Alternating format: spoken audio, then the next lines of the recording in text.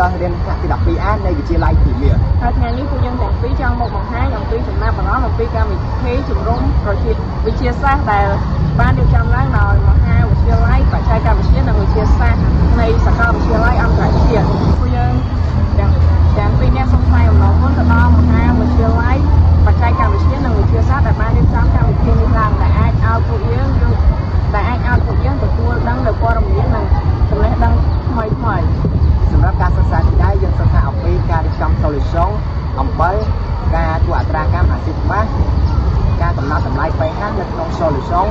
ការផលិតសាប៊ូចេញពីប្រតិកម្មសាប៊ូកម្មនិងការសង្កេតមើលសកលសូម៉ាត់ការសង្កេតមើលសកលសូម៉ាត់នៅក្នុងផ្លឹករបស់វិទ្យាជាតិដោយមីក្រូសូ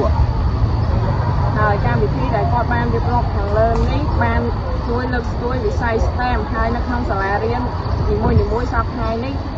មានការពង្រឹងនិងអភិវឌ្ឍទៅលើវិស័យ STEM ក៏សូមអរគុណដល់លោកគ្រូអ្នកគ្រូនិងសិស្សបងទាំងអស់គ្នាដែលចំណាយពេលដ៏មានតម្លៃខិតខំធ្វើពិសោធន៍និងខិតខំបង្ហាញពីបទកម្មវិធីផ្សេងៗឲ្យសិស្សនិស្សិតទាំងអស់គ្នាបានសិក្សាស្វែងយល់បន្ថែមនិងសិក្សាស្រាវជ្រាវបន្ថែមផងដែរហើយខ្ញុំក៏សូមជូនពរដល់លោកគ្រូ